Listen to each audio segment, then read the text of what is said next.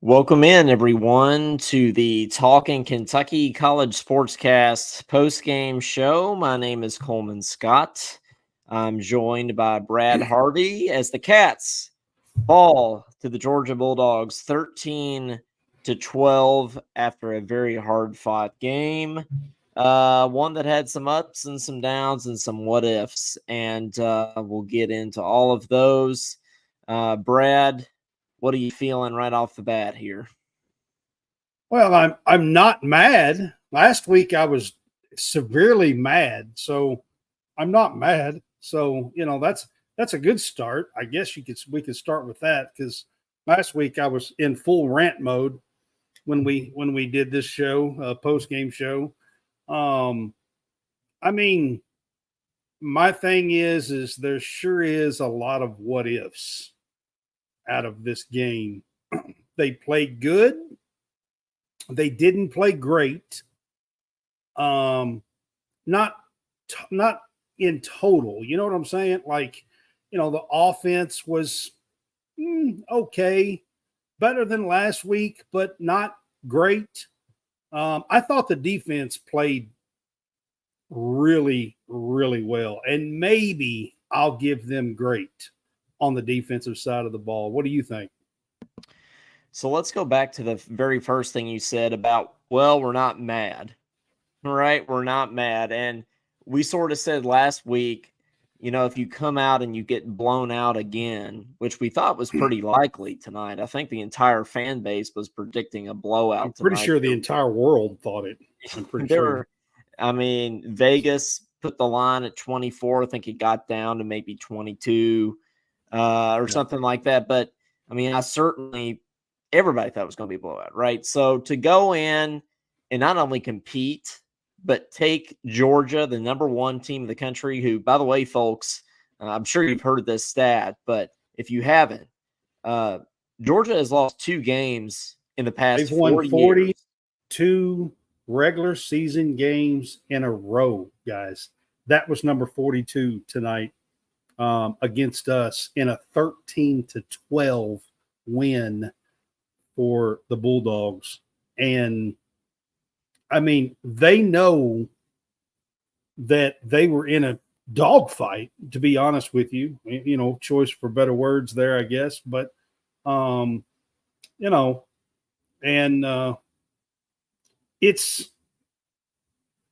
I'm a little sad. I'm not mad like I was last week, but I'm a little sad that the outcome tends to always go this way for Kentucky and Kentucky fans, to be quite honest with you. They come out, they played really well, moved the ball. Rayner, the kicker, deserves all the credit in the world. Oh, for sure. Not only did he kick 4 field goals, 2 of them were of 50 plus, and one of them was a school record. The 55-yarder in the first half was a school record in length. Well, let's talk about that real quick before we forget. 100% of our points tonight came from Alex Rayner. Again, it's 2 weeks in a row that you haven't scored a touchdown. You can't really fault him against Georgia because, going back to they won 42 games in a row, Brad, and the 2 were to Alabama, not only Alabama, but Nick Saban. So they are 40. So 40, let's see. That makes 48 games now. The only 2 losses was to Nick Saban and Alabama in the SEC championship game. That's the only 2 losses that they've had. And you took them literally to the last buzzer. You took them literally to the buzzer. It's not like, it was a game at halftime, it was a game in the third quarter, or even it was a game in the fourth quarter. You took them to the buzzer. They held them at the end twice. They got the ball back with about 8 minutes to go. The defense held big, got the ball back for the offense. And then They did drive the ball down to about the 37, 30, 38, 40-yard line there, but they couldn't get the first down. The defense held. Unfortunately, didn't have enough timeouts quite, to have too much time on the clock there at the end. It was kind of Hail Mary time there at the very end. They were fortunate enough to get 2 plays away. And I guess I'll get to my biggest gripe for this game in a few minutes, but I'm going to let you guys kind of chill out a little bit. But I do have one big gripe for this game, and I'll get to that, Coleman. I'll get to it as we talk. Okay. You'll get to it as we go here, but yeah. So absolutely, props to Alex Rayner. Yeah, not only was a 55-yarder, that's the longest field goal, as you said, in Brad, school history. in the history of the University of Kentucky. So that, if we're looking for positive, Kentucky's been playing football since like the 1880s or something. Something crazy. I mean, honestly, if we're looking for positives tonight, that's absolutely positive. But let's just start with this.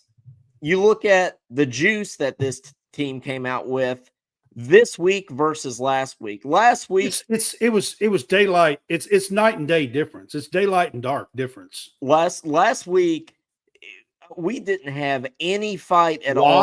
Why that is, beginning. I don't know. We had 2 guys that transferred in that were top-notch players from Georgia, one on offense and one on defense.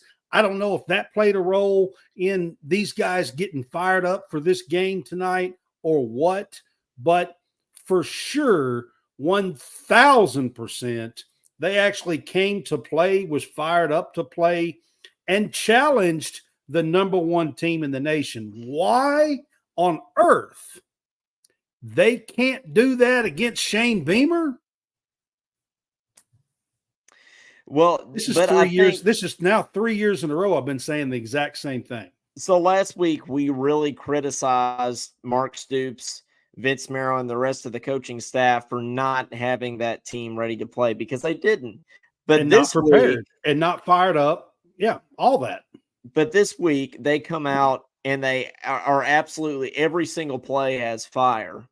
And really to the very end of the game, they played really hard and they played with intensity and passion. And they bounced back. I was worried, Brad, that we'd come into this game and we'd just be completely destroyed because our morale would be down. We had a bunch of people hurt. Our O-line that played so terribly last week, we had, Jagger Burton was out, and we had to have the backup. Who had started 27 straight games for us, by the way. Jagger Burton had before tonight. So there was certainly reason to think that we were going to lay an egg tonight, but we didn't, and I think that is the biggest positive that we do. So let's talk about some of the positives, okay? So I'm looking at the stats, okay? And these are team stats. This is not individual stats. Team stats.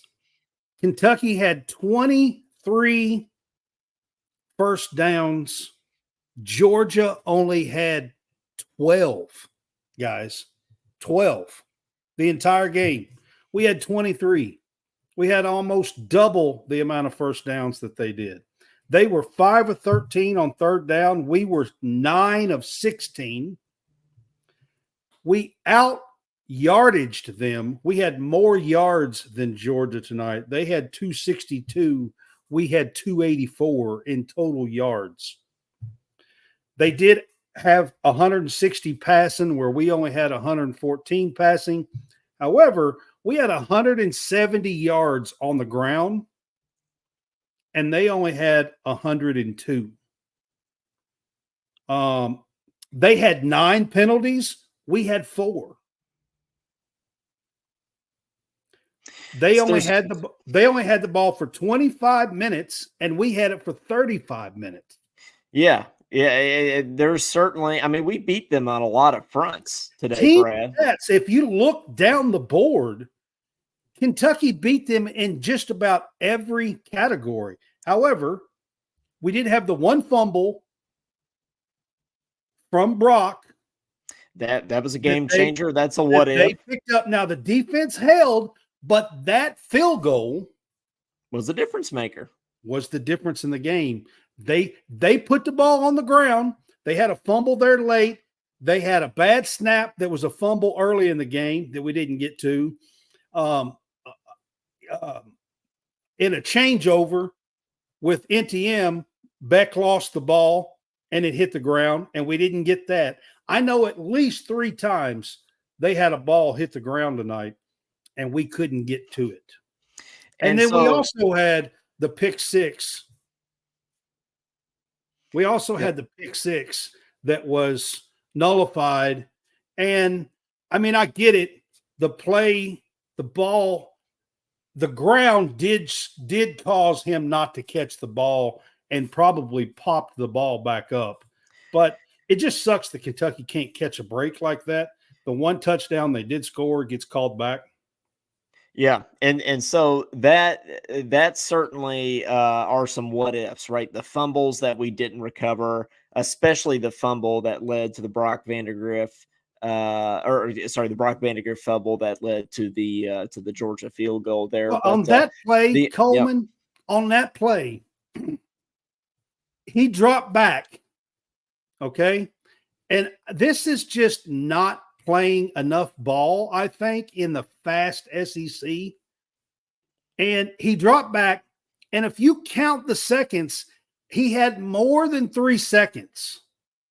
And in this league against Georgia, when you're playing one of the best teams in the country, athletic-wise, you can't hold on to the ball. And in that play, he drops back. It's over 3 seconds. He tries to retreat even more. And while he's doing it, he brings the ball back with one hand, and they get to him, knock the ball out because he's holding it with one hand and not two. And as a quarterback, you have to have that internal clock in you, and you have to get rid of the ball. So let's talk. Let's talk a little bit about, everybody wants to talk about this touchdown here. So Rachel Parker in the comments, thanks for listening. Rachel says, you feel that was a touchdown. I assume that this is what she was talking about. The call that they ended up calling incomplete, that they thought the ball touched the ground and it was incomplete pass, that ended up being a scoop or a pick six for us at first. Brad, at first, I thought it was the right call to say it was an incomplete pass, but the more I look at it, the more frustrated I get, because I really do, because it was called a touchdown on the field, I really have a problem with them overturning that. I don't think there's enough video evidence for them to overturn that. I think they could have left that one, honestly. Honestly, that's the biggest gripe. The receiver dove for the ball, okay? His hands was under the ball, all right? And when he dove and went down to the ground, the ball popped up, okay? Yep. So it did hit the ground. I mean, the ground caused it, okay? And technically, in a reception, the ground can't cause, like, if the ground moves the ball when you are coming down and catching in motion, it's an incomplete pass. So, but I agree with what you said. When the play was called a touchdown on the field, you have to have real video evidence that, to overturn it.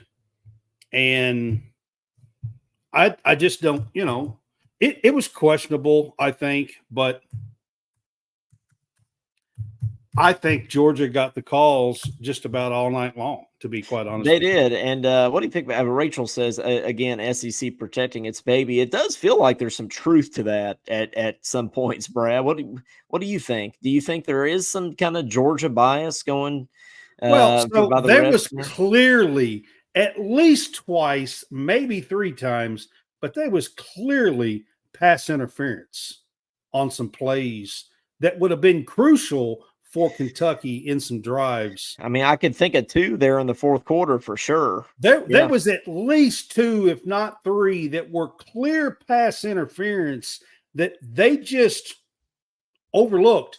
And McElroy on TV was like, "Well, that ball's not catchable. I don't give a shit if they're throwing it up in the upper deck. If the guy is clearly being tackled or restrained. Yeah. or held when the pass is thrown to him, that's a flag." Yeah, and that could have made a big difference, especially on that last drive when we had the opportunity to go and take the lead with yet another Alex Raynor field goal. That could have been huge as far as field position goes. So absolutely. I mean, I know at least twice, and then early in the game there was the face mask that was called on. Yeah, Kentucky. What was that? They pulled his helmet off. Called on Kentucky. Now in the replay, the guy Dingle did grab the face mask. He did, but also they ripped the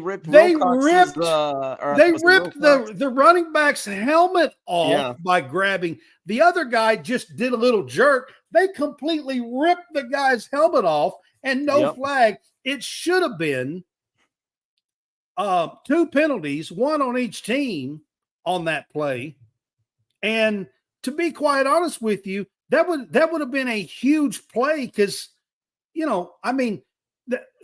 there was so many times. And then like the first or second play of the game, the first punt of the game, when they punted, they tackled one of their guys coming down the field. And the guy got up after the play and slung our player down on the sideline. And that's when the fight kind of started right there at the beginning of the game.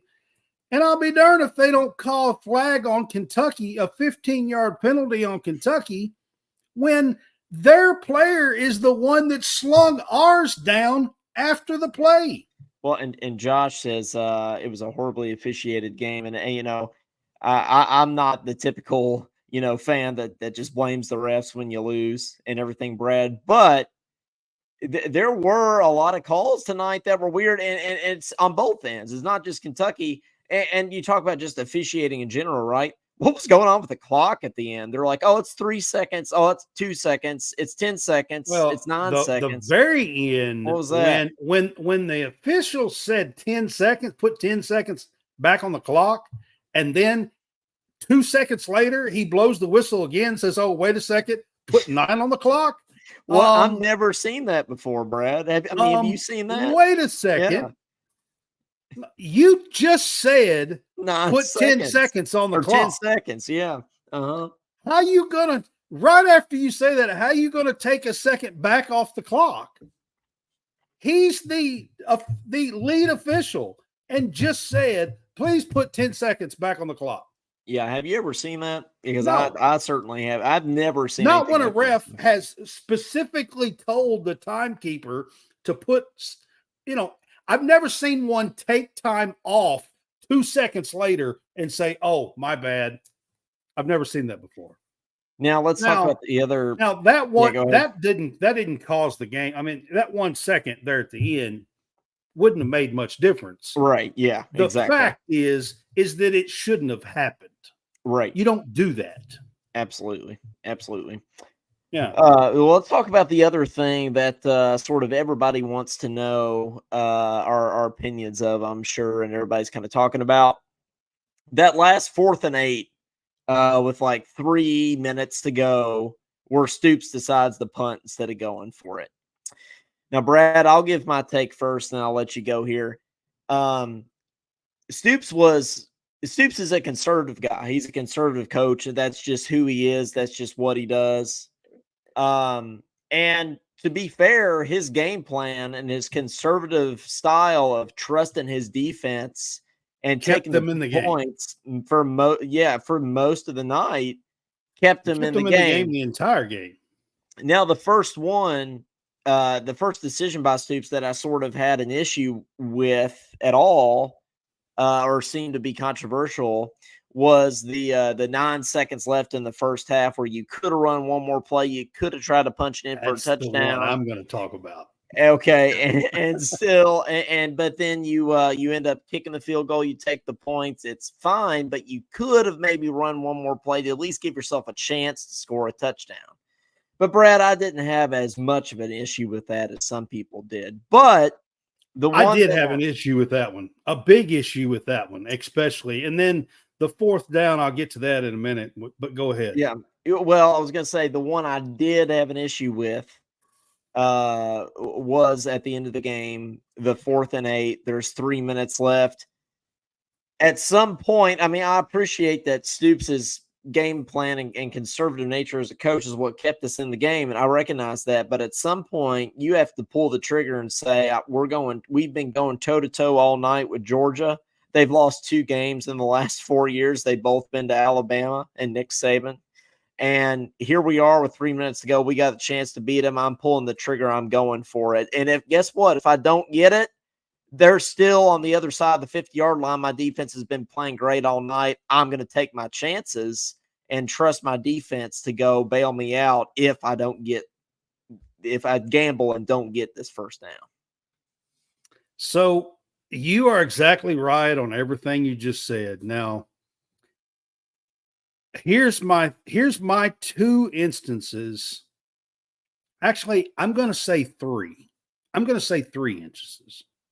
So both of the ones you were talking about were huge. And the one at the end of the first half, I have a huge problem with. Huge, because it's 9 seconds left, and we were on like first or second down. There's timeouts called. We bring the offense back out. Looks like we're going to run a play. Then they call a timeout, and you come back after their timeout, and the damn field goal unit's on the field. Yeah, I was confused about that. I don't understand. There's 9 seconds left. I don't understand what in the hell happened inside of those timeouts. Yeah. I don't, you know what I mean? Like, you clearly changed your mind about going for it. Here's my thing, man. You are not going to win very many of these games, especially against top competition like that, if you don't ever take a shot. Here's my one big ass gripe. How many times, y'all tell me, how many shots did we take tonight to the end zone? I'm going to go with 0. All right, Brad? Yeah. No, granted, we moved the ball. How do you plan on winning a football game when you take 0 shots at the end zone? And we were there. We were in the 20s. We were in the 30s. We were, at the yard line. We were there. There was one time, I think it was the second field goal we got, where it was like a 39-yarder or a 40-yarder or something. I mean, we were on like the 22-yard line or some 20-yard line. Yep. Something like that. I mean, take a shot. I don't understand. Listen, I'm all for playing conservative in a game like that. It's the only way we've ever been able to stay with Georgia. Yep. Go back and look at it. We lost a 14-3 game in Kroger Field about 3 or 4 years ago. And it's the only way we have ever been able to stay in a game against Georgia. When you try to go up and down the field and play fast and have tons of possessions and all that, we usually get our ass beat pretty bad. Mm-hmm. All right. So I get it. I'm all for that. However, you have to take some shots. And I'm not saying 12, but damn, throughout the entire game, you have 0.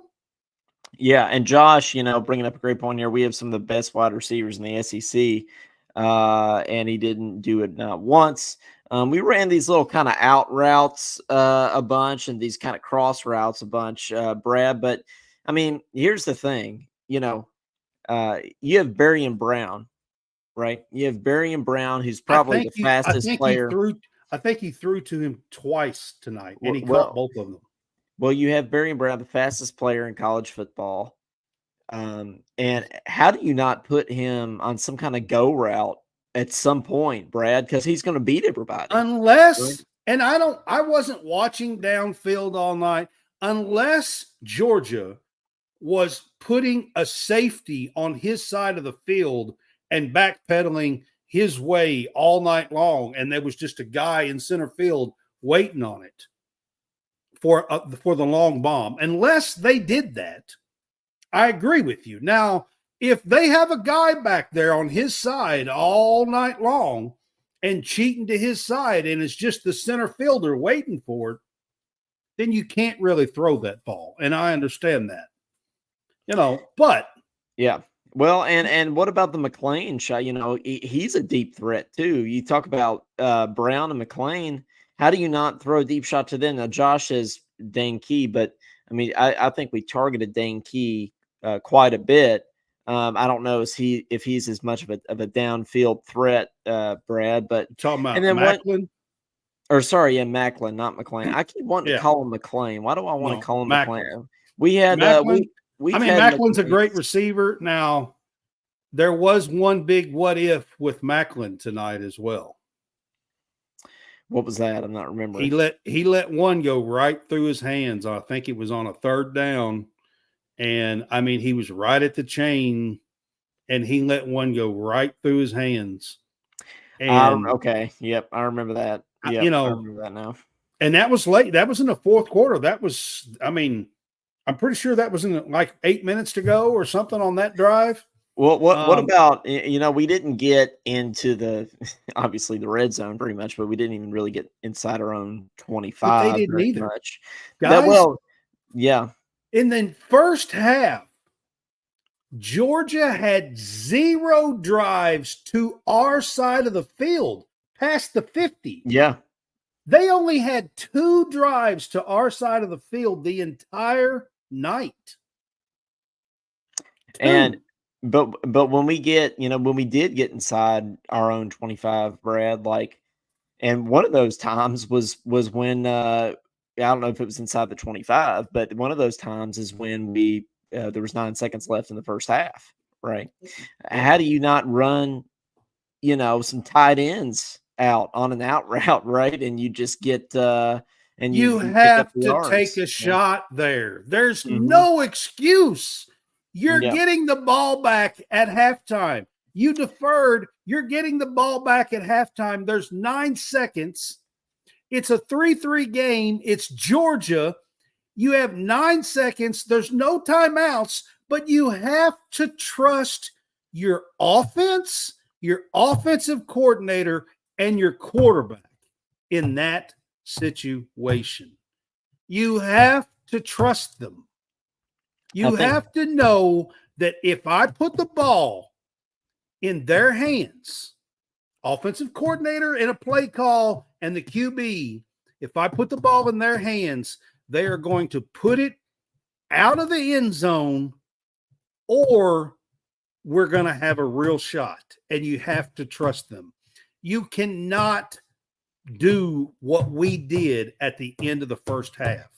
Let's talk about the fourth down thing with 3 minutes to go is the exact same thing. Let's talk about Pete's comment here. I questioned at the end of the first half why instead of running a running play in which I heard should have been a targeting call, but 1 to 2 shots at the end zone with the amount of time we had. Let's talk about that targeting call. Right, Brad? That totally should have been targeting. Also would have changed that situation quite a bit. Yes, there's another call, and I've already mentioned about 4 or 5. There was at least 5 or 6 calls in this game that I think made a huge difference in this game. That was targeting clear as day. The guy led with his helmet and hit helmet to helmet. And McElroy's like, well, he hit his face mask. I don't give a shit if he hit his face mask or not. What in the hell does that have to do with targeting? Exactly. If you lead with the crown of the helmet, it's targeting, right? I mean, I mean, he kind of hit to the side. It hit his face mask. who cares? It's the Is same that thing. still his helmet or face or what? I mean, I'd never I don't. heard that before. It's like, well, he hit his face. Well, yeah, that if you lead with the crown of your helmet and you make contact above the shoulders, it's targeting, right?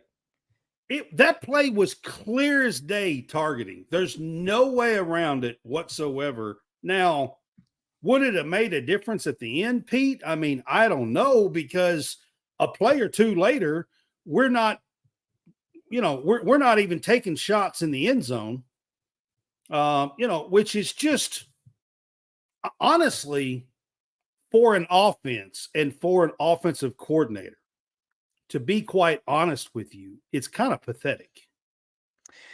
Let's talk. And I hate to say that, Yeah, but when you don't take any shots and you don't allow your offense and your offensive coordinator and your quarterback, and you don't give them the leeway and trust to do that, to make a play in the end zone, and receivers and everybody else, it's kind of demoralizing for the let's talk team. about Adam Luckett of KSR says, I think the big miss late is the 2nd and 8 pass call. If Kentucky runs it and gets it to 3rd and medium, that makes it an auto go for it situation. Much tougher in the 3rd and 4th and long against the pass rush. That is one that UK should want back. I absolutely agree. There at the end, Brad, I think you try to get it to 3rd and medium, 3rd and short.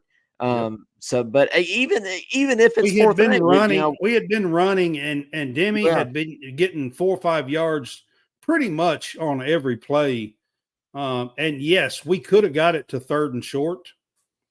And that was wind up being that 4th down call, I think, that everybody's talking about there, where they didn't go for it because it was like 4th and 8. Yeah. And to be honest with you, with that much time on the clock, Stoops rarely ever goes. I mean, if it had been 4th and 2 or something like that, he might have But he went for it. should. But he probably should But go 4th for and it, though. 8, he rarely ever does. He rarely does. But I think in this situation, even if it's 4th and long, you should go for Well, it. yes. When Yeah. you have played, when your team and your players has given it all to be in position in a game to beat the number 1 team in the country, to be in position at the end, and you don't have the guts to go for it. That's my biggest gripe out of all of this, is that when it came time to make those decisions, we did nothing. We didn't. Right. We took no shots.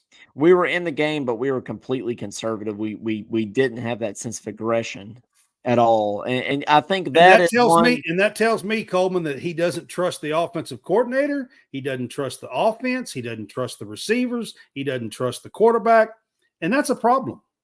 Yeah, so let's talk about what this means for the season moving forward and what we can kind of take away from this game. So I think you do take away that Stoops can get the team off the mat. We were certainly at the lowest point maybe in the entire Stoops era last week.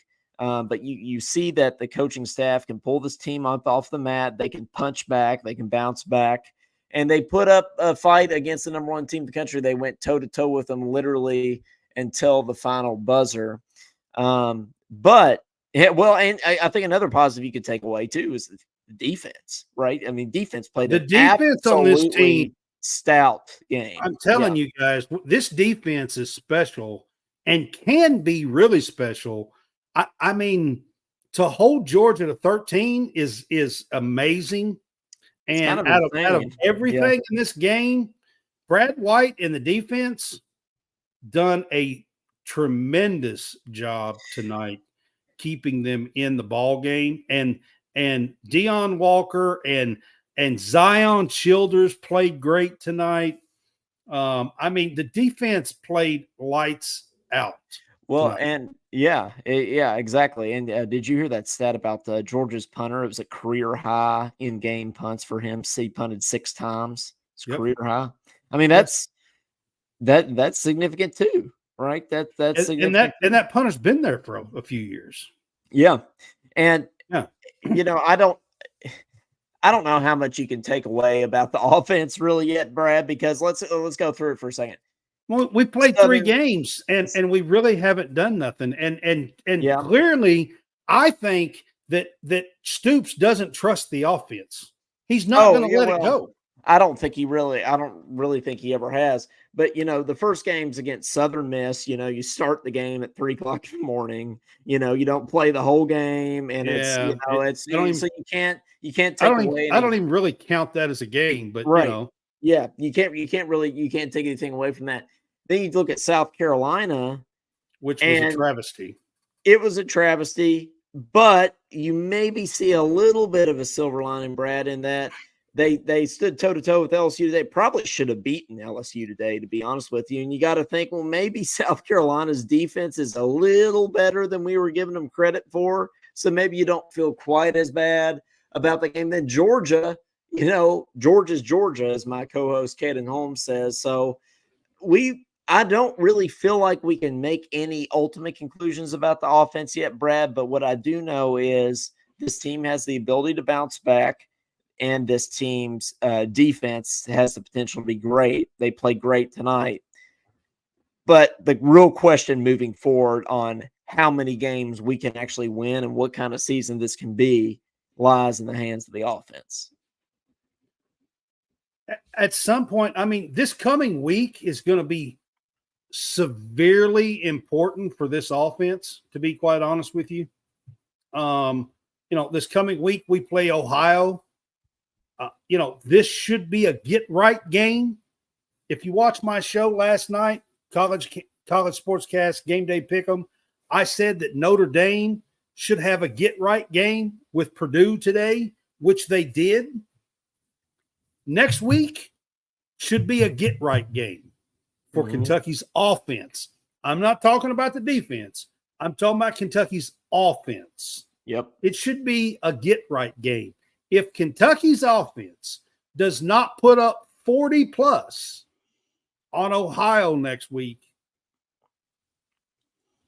I'm not sure exactly how many wins and where this team goes. I do know that the defense on this team is really good. And defensively, they should be able to keep us in most games. I'm just not sure if we can score enough points. But I'm going to tell you guys, Ohio next Saturday is a get-right game. And I'm not talking about the defense for the defense. I'm not talking about for the entire team. I'm talking about for Bush Hamden, this offense, for Berrien Brown, for Dane Key, for Jamari Macklin, for Dingle, for Josh Caddis. I'm talking about for every one of them. Next week is a get-right game. I want to see 40 to 45 points on the board. And, so you have Ohio next week. For those of you listening that don't know, I live in Baton Rouge, Louisiana. So I'm going to drive up to Mississippi. I'm going to go to the Ole Miss game. He's a traitor. I'm a traitor. No, I'm not. I'm not really a traitor. No, definitely not. Messing. Yeah, definitely not. But I'm just messing with Cole. but I'm gonna go, Brad. I'm gonna go to the Ole Miss game. I'm gonna have a heck of a time, and it's gonna be fun. But what's sad, Coleman, is a lot of times with these Stoops teams, when we play the better teams, they seem to be fired up and ready to play. Yep. When we play the South Carolinas and the Vandies, they seem very uninterested and don't care to win for some reason. Yeah, I mean, we're 3 games in, and I don't really feel like I know anything about the identity of this team yet, Brad. And I feel like I know a few things. Yeah, but offensively, I mean, I saw Clyde up there a while ago said that, Brock is off on some of his throws. Well, I mean, I'll be honest with you. At this point, how can you really tell? I mean, he's playing the number one defense in the country tonight. Yeah. I Yeah, thought he looked exactly. pretty. I thought he looked pretty decent tonight. I know he was only like 14 to 27 or something and 114 yards, but he probably had 2 or 3 drops. I know he had at least that many in drops. All right. And against the number one defense, I mean, Malachi Starks is the number one safety back, defensive back in the country.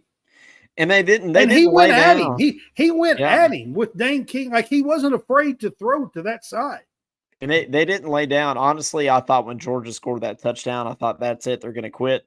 They didn't. They fought back. They went right down, marched right down the field, put up another field goal, and we couldn't. And you're right, Rachel. Tonight, we did better tonight about protecting him than we did last week. Last week was pitiful.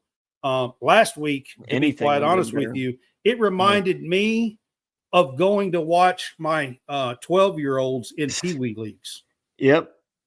Like, so the 12, like when you watch the line play, like in Pee Wee leagues, and there's always 2 or 3 that just run right through the line, get right to the quarterback.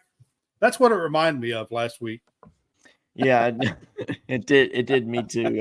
If I had a 12-year-old, that's how Kentucky played SEC football last week. It was just, it looked like they were lost and they just didn't know where to play, and they just let everybody through. And yeah.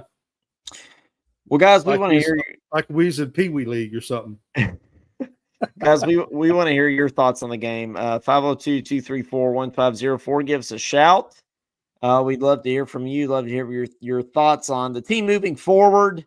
Your takeaways from tonight. What do you think about the team after this? What kind of season do you think it'll be? Do you have more hope for the year after this? Do you feel the same? Do you feel worse somehow? Let us know. Let me say, I see some people saying that they don't protect him. I thought they did much better tonight. However, absolutely. I am going to say this. Teams know how to get to us. They bring 6 or 7. They blitz all the time because they know we struggle blocking them. We've got Clyde here on the phone here. Clyde, how's it going, man? What's up, Clyde? It's good. How y'all? Doing well, man. I'm encouraged from the Cats tonight, actually. I'm disappointed, but I'm happy we at least put up a fight. And I didn't say this at the beginning of the show, but I do want to say this. I'm really proud as hell of this team tonight. I mean, I am proud of the effort that we put up, and I'm back in. I'd kind of quit. I was not ready for this game at all. I was sort of down and I was not hyped up at all, but I'm very encouraged and I'm sort of back on the train now. So yeah, that's what I'm going with, Clyde. But how you feeling? I'm I don't really even know. How do you? That's kind of where I am. I mean, that's kind of how I feel too. I don't know whether to, because I am a little disappointed. Well, I'm very disappointed because we almost had the chance to beat the number 1 team in the country. But so I definitely feel disappointed, and there were definitely some things that didn't go our way, and some what ifs and some mistakes that we made. But then I'm also encouraged. So it's hard to know how to feel. It's it's kind of hard to think about that we haven't scored a touchdown in the last 2 games, and that's just, I mean, I'm not used to that. Honestly, I'm not. And we didn't really protect Brock that well tonight, because if we did, he wouldn't have to run the way he did and have to hurt his shoulder the way he does. It's just, and also another thing is he just won't slide for some reason. I mean, he did slide twice tonight. I saw him do it a couple of times, but maybe 3. wasn't. Maybe. I mean, we just don't have a good O-line. It's just, we need to face that. We do not have a good O-line. No, we don't have a good O-line, but I do think that they did play significantly better tonight than last week. I mean, to be fair, it didn't take much to play better this week than last week, but But I'm glad that Brock isn't afraid to run the ball, and when he does Right. slide, he at least picks up the first down. And Demi had 100 yards tonight That's it. against Georgia. Yeah, and he had 100 yards against Georgia. So oh wow, I didn't even know he had him. Yeah, he's tough as nails. I mean, he's a country boy. He's from the deep south of Georgia. Like, he's a country boy. He's a farmer. I mean, I get that mentality and I like that mentality, but he needs to slide more because I mean that shoulder is important, and he's going to be. He's going to be feeling that tomorrow if he goes to church. He might feel that during Sunday service, and he might You think he'll feel it during Sunday service? Okay, yeah, I think so. I mean, he might have to. Yeah. He might have to get up and walk out of the sanctuary just to pop out his shoulder a little. I mean, it's just real life stuff there. I mean, he does the stuff we don't think about, but that's real life stuff. I mean, he's going to be taking communion. He's going to have like somebody feed him communion because he won't be able to use his arms to do it. So yeah, I don't think so. But I don't know if his church actually serves communion every Sunday. My church, we don't. We normally serve communion on every first Sunday of the month. Okay, so what denomination are you? How many? I'm non-denomination. Okay, my you're church, the we accept all Christian religions. Yes. So. Well, there you go. The non-denoms, some do it once a month. My home church is non-denom too, but we do it every week. But so do you? Would you rather have communion every week, or you like it once a month? Okay, I'm a once in a month kind of man. That's just what I've grown up on, and see, I like it every week. So why are you? I'm curious why you're a once a month guy. I like it. I like it every week. Yeah, I know. I mean, Catholics, they do it every week, and they drink out of the same bottle. I mean, the same glass, but they wipe it off before each person walks up and they drink. And they actually drink wine for the adults, but I don't know about the kids. I've been to a couple of Catholic services. So. Oh yeah, but anyways, they do it too. Yeah, they don't care. They just no, I'm not. I guess no. I guess they're breaking the 21 and over rule. I guess. I mean, but I'm proud of the defense. And I thought the defense. I mean, I did not really complain about the defense much tonight.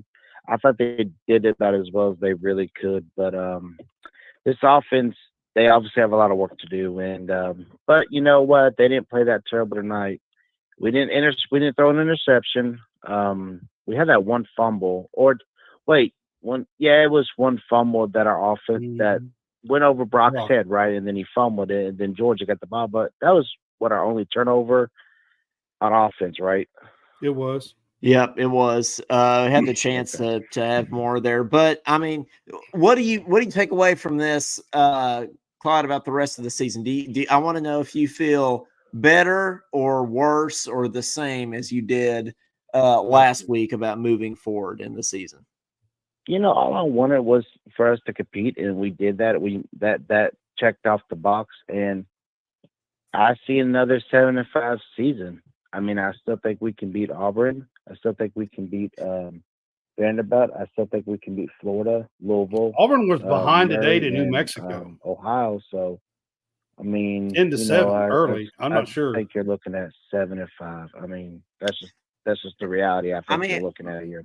I think that's actually kind of an optimistic outlook, though, because you're saying that we're going to get 3 SEC wins and win the Governor's Cup. So I mean that's kind of an encouraging outlook. I mean, so it sounds like you're more optimistic. I mean, last defensively, week, I think he's right. We could do that. Now is the offense going to wake up? Well, we didn't do a show last week, but man, I was yeah. Oh God. Yeah. But I think that. Oh wait, you did a post? Wait, we did a post game last week. We did. Okay. Yeah. You were there. Okay. You might not remember it. Maybe you wanted to forget that one. But yeah. Maybe so. But anyways, guys, thanks for taking my call. I'm gonna let some other people call in. I'm sure Mr. Josh Hart will be calling in. But thank you for taking my call, and go Cats. We appreciate it, man. Thank you. 502-234-1504. I think we did miss a Josh Hart call. So Josh, remind me at the end. I have something I want to say about Brock Vandegrift that I think Kentucky fans will appreciate. So at the very end.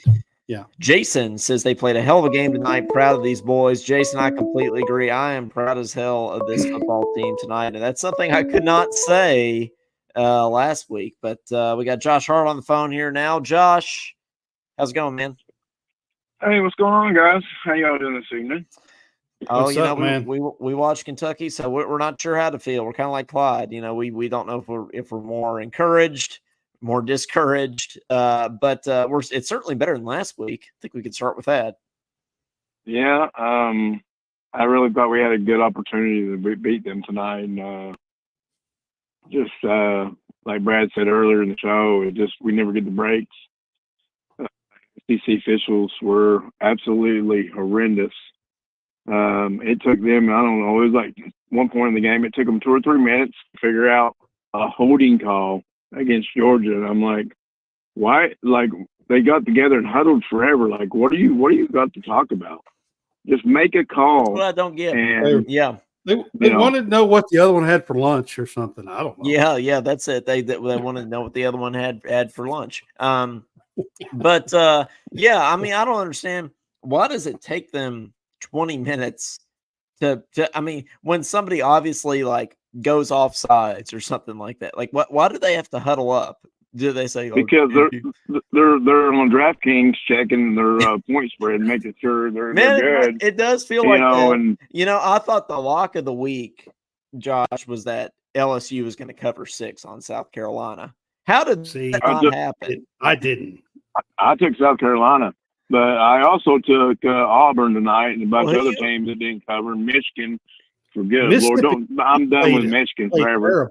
But forever, I promise you, Brad Harvey, I am done with Michigan the rest of the season. Well, Brad, Josh, you said you both met South Carolina. So last week after we lost to South Carolina, you all just turned into well, I won't say that, but you turned into. I did not bet that game at all. Yeah, man. I mean, they should have beat LSU today. They really should have. They should have been.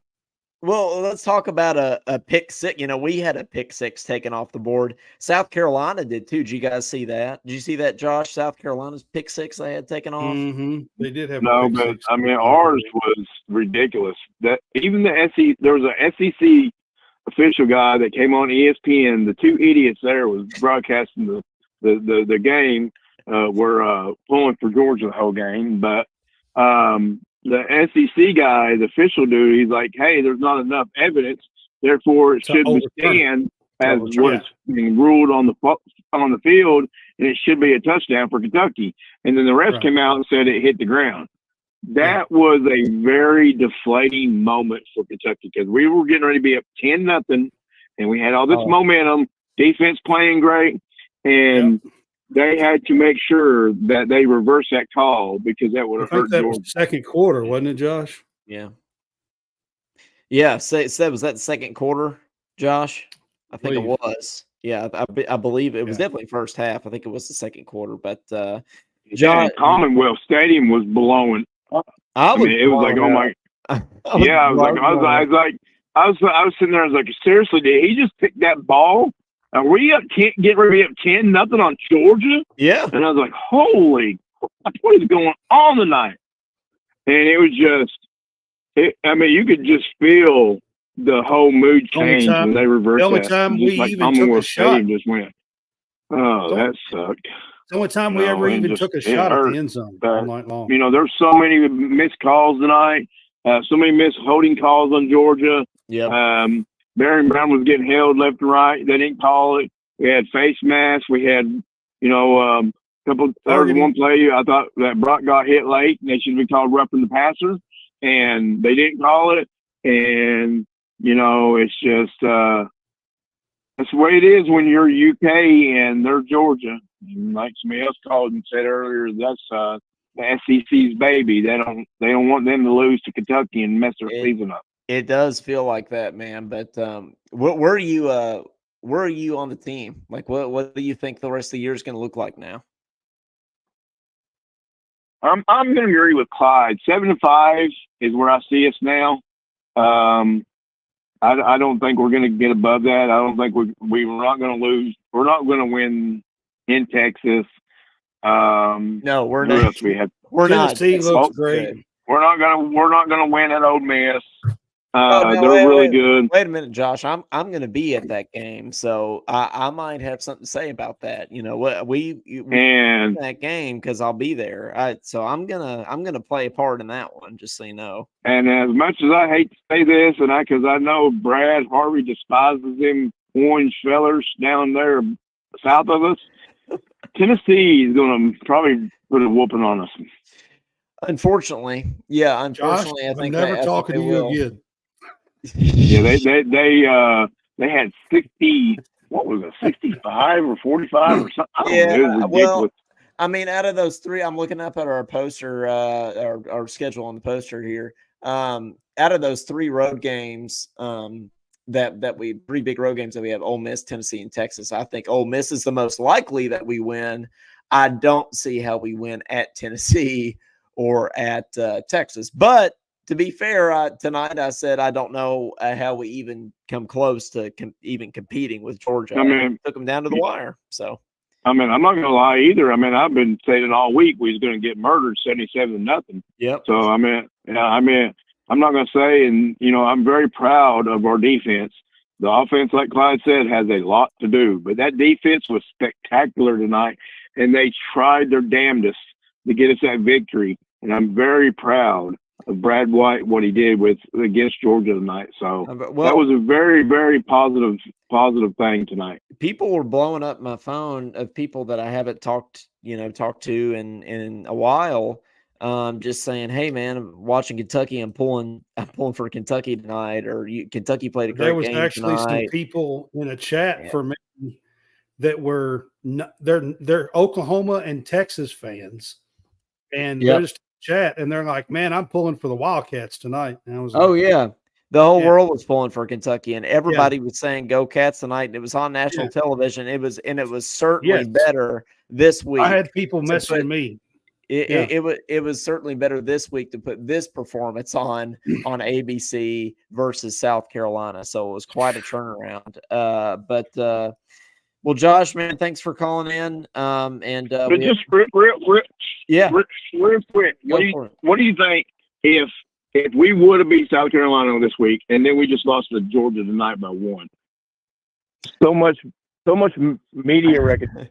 It would have been unreal because I mean, they've been like, you would have had recruits saying, okay, they started out 2-0, and then they barely lost to the number one team in the nation. That would have made us look so much better. Maybe this helped a little bit too in recovering some of the recruits that was like, I don't want to know if we'll go to Kentucky or not. Maybe they're like, okay, maybe I'll reconsider Kentucky, because that helped tremendously on the recruiting front, in my opinion. Yeah, we'd say, should we be buying tickets to the SEC championship and the national championship, or just the national championship? That's what we'd be saying if that happened. And that's that's why that South Carolina game really stings for sure. But I think if you won tonight, that it would have completely erased. You got to get up and play every game. So even the South Carolina Mondays. That's my thing, Josh. Why can't we get up and have that? I mean, you called it juice tonight. Why can't we get up and have that juice every single night?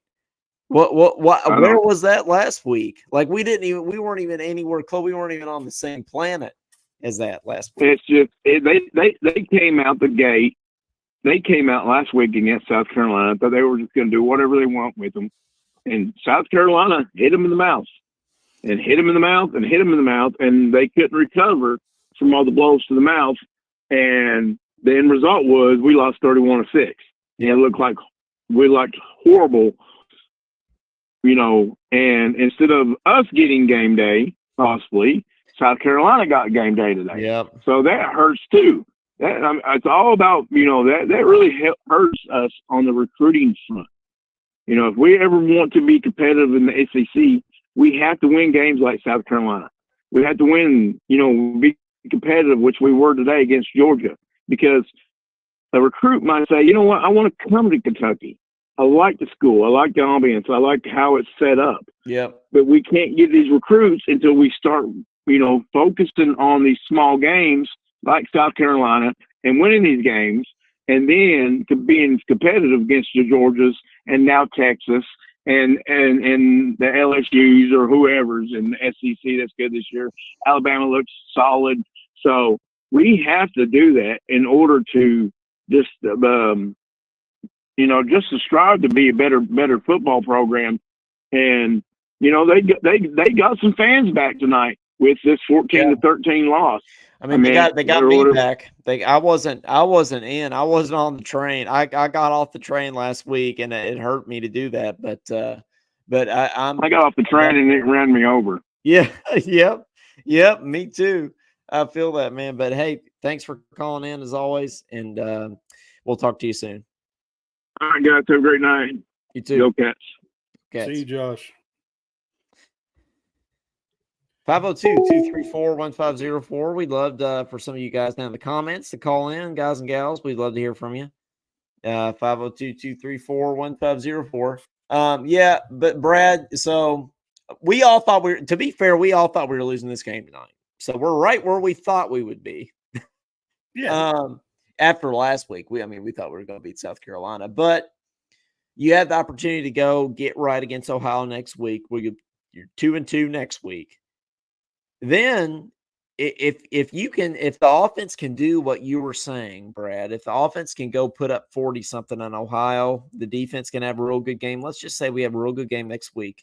Then you can turn around and you can go down to Oxford and Ole Miss. You could say, if we can win this game, we can put ourselves back on. We can erase that South Carolina game. We could steal one back. If you could win, if you could win next week convincingly, put something in our offense, take something with us to Ole Miss and use it and get a win against Ole Miss, then you definitely get that win back, basically, from South Carolina. Because I'm going to be honest with you, I wasn't banking on us beating Ole Miss, and I wasn't banking on us beating Georgia tonight. So I had those two games as losses for us anyway, to be honest.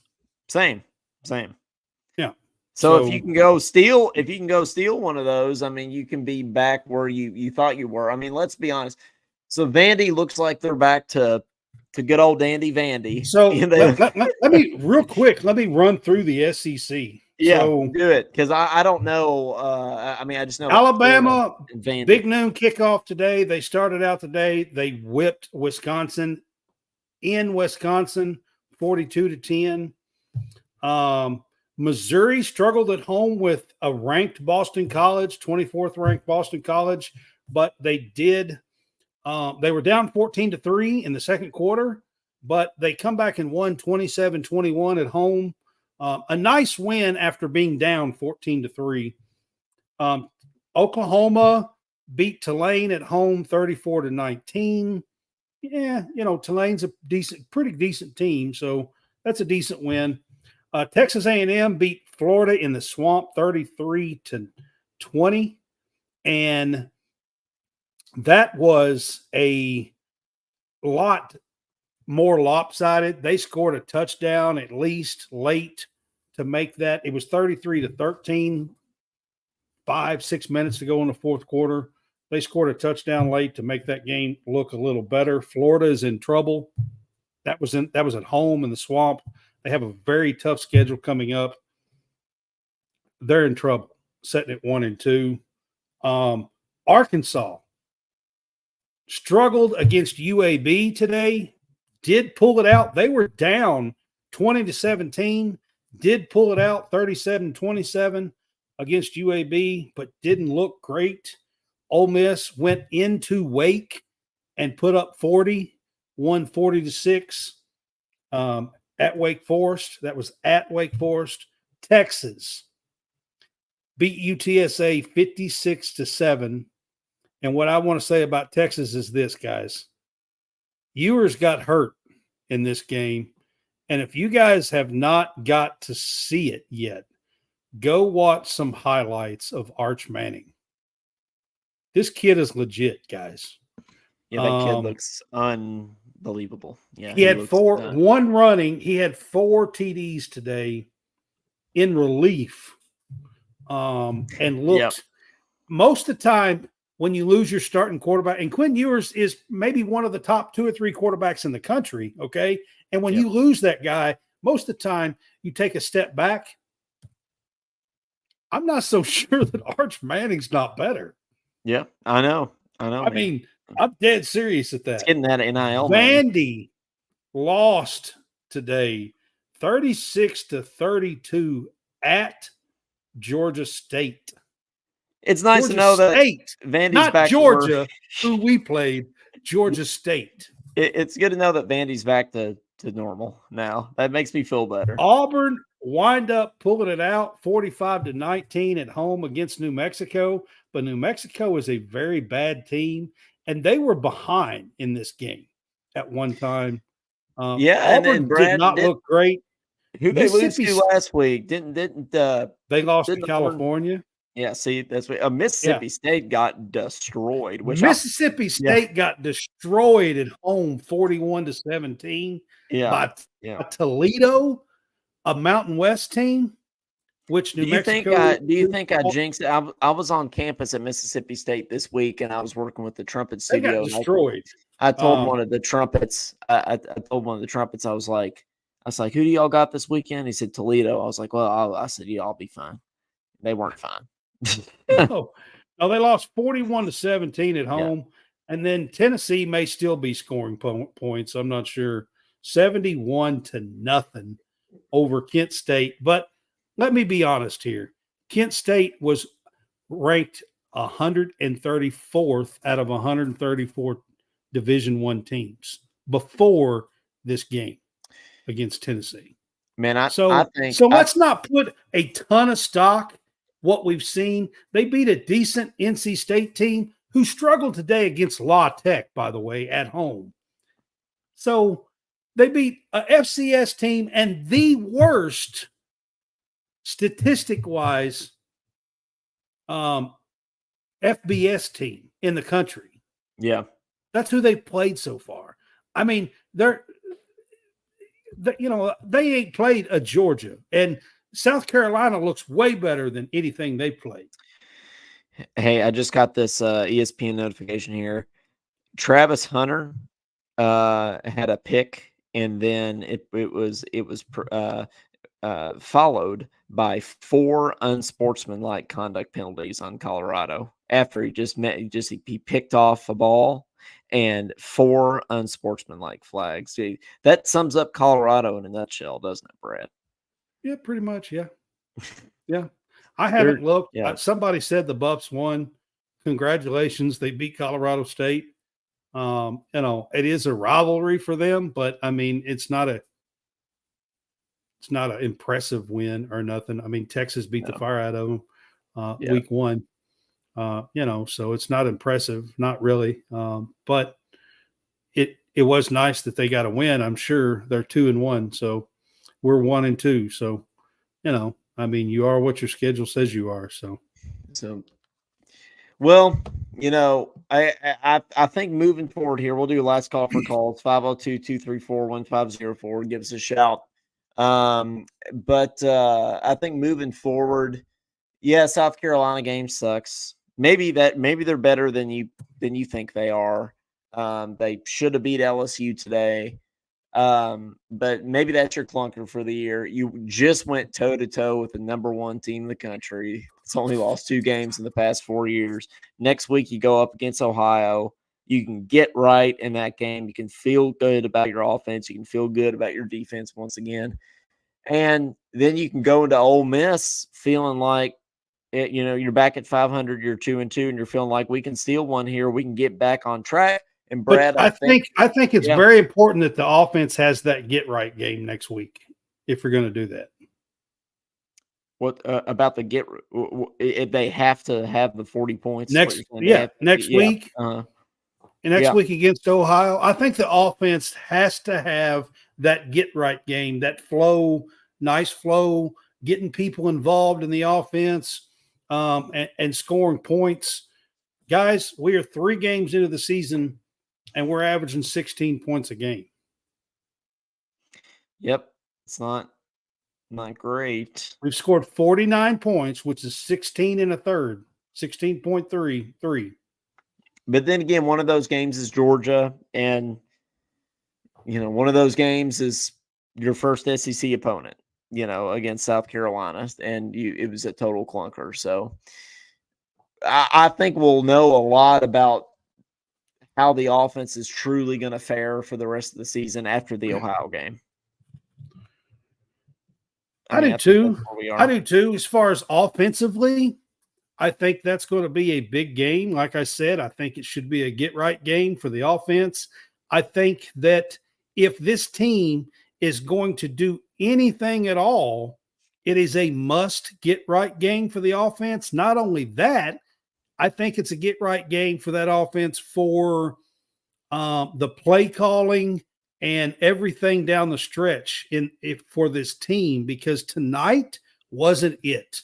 I mean, defense kept you in the game. We played great as far as defensive wise, but there was no trust in the offense. There was no trust in the offensive coordinator. There was no trust in the players, including Brock, and you did not give them any opportunity or chance or shots to prove that they could make a play. And that's a problem going forward. We want to give you a little. We were talking about going forward. So that's a problem unless you go into next week in the Ole Miss game and start really putting together some trust in some offensive plays and putting up some points. That's a problem for this team. So, I think that's where we are. Unfortunately, you get that Ole Miss game. If you could do that, I think we come back home for Vandy after that. Is that right? We do. Yep. I'm going to that one too. So, yeah. Yeah. So I think we come back home for Vandy after that one. So, then you could be, 4-2? If you could beat Vandy? Conceivable if you beat Ole Miss. Yeah. Yeah. I'm saying, if you could steal that win in Ole Miss. Yeah. You could be 4-2 going into a really bad Florida team. Florida team, and then you get to come back home to Auburn. So then I mean, there's some wins there that you could definitely get. Yep. I'm just looking, that far as of now. There's some wins there that you definitely could get. You could be 6-2, and then you're obviously probably going to lose Tennessee and Texas, but then you could take Murray. I mean, you're going to beat Murray, and then you get Louisville and be 8-4. It's possible, but you do have to steal a game against like Mississippi to get there. Or Tennessee or Texas, but I think the most likely one is probably the Ole Miss. Yeah. The most likely one. Well, guys, hey, we really appreciate you listening and everything. We want to go ahead and tell you to follow us on all the things. Facebook, if you missed the beginning of the show or any part of the show, you want to go back and listen to it. You can find it on Spotify, Apple Podcasts, wherever you listen to podcasts. So go follow Talking Kentucky and all those things. You can also follow Brad on College Sportscast. He's on everything. Follow us as well. We are on YouTube, TikTok, Instagram, Facebook. Follow us. This is live on our YouTube and our Facebook, both. And then probably tomorrow sometime, he will send me the audio of this, and I will get it up on our audio platforms as well. You can find us on Apple and Spotify and Good Pods and Podbean and everywhere, to be honest with you. And that's an audio version of this. So follow College Sportscast. I do have one quick thing that I wanted to kind of add here. Yeah. I just wanted to shout out Clyde real quick here. He's saying he's going to be at Kroger Field for the Vandy game. So he said he'll be running into me. Clyde, want to finally meet you in person. So don't be a stranger. Shout me out, or DM me, or whatever the kids say these days, and we'll hook up for sure. Carry on, Brad. All right. So there's one quick thing kind of a note here that I wanted to add about Georgia, about Kirby Smart, and about Brock Vandegrift. So at the conclusion of the game, not only did the coaches, Mark Stoops and Kirby, shake hands and talk a little bit there at midfield, but I don't know if you caught it or not, but Kirby had a long hug with Brock Vandegrift and was talking in Brock's ear. And after the game, I heard Molly McGrath is the sideline reporter that was doing the game today for Sean McDonough and Greg McElroy and for that crew. After the game, she said something that really kind of hit home with me. She said earlier this week, it didn't happen today, but she said earlier this week that she asked Kirby Smart about Brock Vandegrift. And Kirby's response tells you all you really need to know about Brock Vandegrift. Kirby said flat, he said, "I love Brock Vandegrift." And then his next response tells you everything you need to know. He said, "Brock is the type of guy that I would want my daughters to marry." That's high praise. This come from Kirby Smart, guys. Yep. He told Molly McGrath that he loved Brock Vandegrift and that he thought so highly of him that Brock is the kind of guy that he would want his daughters to marry. That says a lot.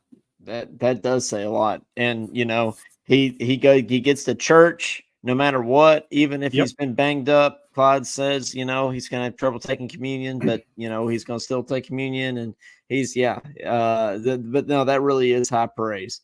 That is high praise, guys. And it kind of hit home with me. I have some daughters, so I mean, it kind of hits home, when you get my age, I guess, I'm close to Kirby's age as well. When you have daughters like that, I mean, you want good people. You know what I mean? That's the thing is, like, we're not in the locker room with these guys. Like, we don't know what kind of guys they are. We could see them in their press conferences. We could make, assumptions about what they're like, but we don't really know. And to hear Kirby Smart say something like that, I mean, that's sincere. You don't just say that. Like, that's sincere praise. So yes. And tonight, when the game was over, Kirby put his arm around him, gave him just like, and his other arm too, both arms, giving him a real hug, and was talking in his ear for a good 20 seconds. Like, it wasn't like just, 2 words and it was over with. I mean, so, I mean, you could tell there is a lot of genuine respect and love for not only him, but Dumas Johnson as well. Jaden Dumas Johnson as well. Yep. They talked high praise about him too this week. Kirby talked about both of them. If you didn't check it out, you can, like, their press conferences this week leading up. But I got that tidbit from Molly McGrath.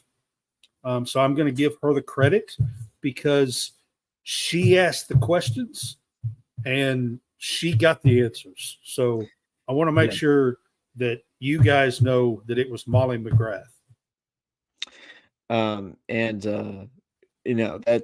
That's really I mean, that the Kentucky fans already liked him, right? Because of he said he was, well, first of all, he's a competer on the field, but he was going to be late for church the next day and all that. So I think Kentucky fans, I think you're right, Brad, they'll like him even more after hearing that, for sure. But, absolutely.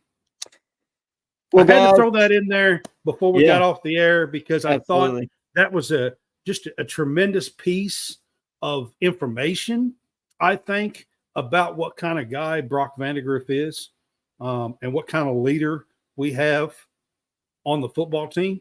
And he could be here. He could be here another year. He can be here another year, which would be awesome, to be honest with you. I mean, think about him learning this year and then having a year 2 of Brock Vandegrift next year.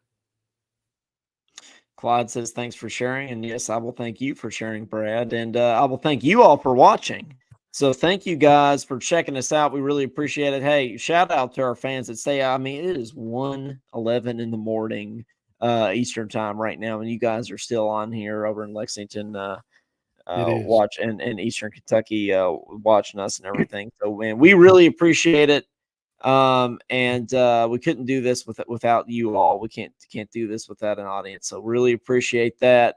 Keep checking us out and keep telling people about us. We're trying to grow this thing even more. And yeah, so absolutely, guys. Rachel, check us both out. Yeah, check out Talking Kentucky and College Sportscast. We are both trying to grow, and we might continue to do some stuff together here because I know I enjoy it. I like it. I think it kind of helps both of us, I think, doing some stuff together here. So, and Josh Hart says he's in Michigan. He's not in Lexington right now, but Josh is all over the place. So, Josh, your heart is always in Kentucky. And your hat is too. So, yeah. But for Coleman Scott and for Brad Harvey, Cats fall to You'll Georgia. have to get me one of those hats, by the way. Oh, yeah, absolutely. I've got one sitting right here. I'll send it your way. Yeah, they got to give the last one away. They got to order more. But Cats fall to Georgia 13-12, but the Cats put up a fight. So that's what we're hanging our hat on tonight, Brad. So for Coleman Go Scott, Big Blue. for Caden, for Brad Harvey, not for Caden Holmes, for Brad Harvey, this has been the Talking Kentucky College Sportscast post-game show. And we'll see y'all next time. Go Cats. Go Big Blue.